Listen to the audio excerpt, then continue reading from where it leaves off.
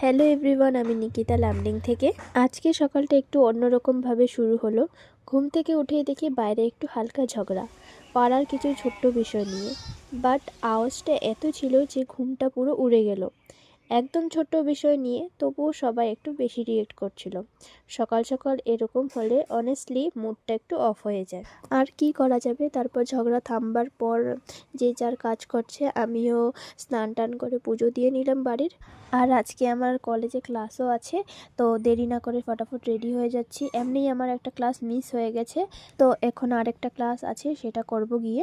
বলতে গেলে এবার ক্লাসটা আমাদের খুব কম হয়েছে জুনিয়র্সদের এক্সামের জন্য। আবার এদিকে ক্লাস কম হলে ফাইনও লাগিয়ে দেয় 200-300 করে। কি হবে জানি না, এবার ক্লাস অনেক কম হয়েছে।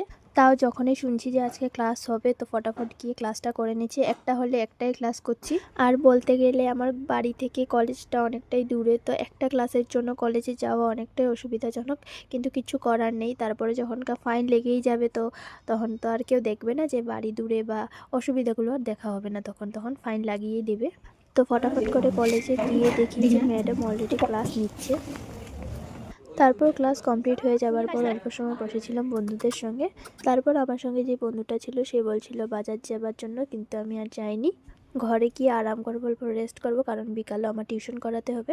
এই যে আগে যে দেখছো বন্ধুটাকে, সেই বলেছিল আমাকে বাজার যেতে, আমি তো আর যাইনি। সে একাই গিয়ে কি বালতি শালটি নিয়ে আসলো। আমি তো ভাবলাম একাই যেতে হবে, ঘরে একাই বেরিয়েছিলাম কলেজ থেকে। তারপর রাস্তায় আবার দেখা হয়ে গেল। আজকের জন্য এতটুকুই, দেখা হচ্ছে পরের ভিডিও।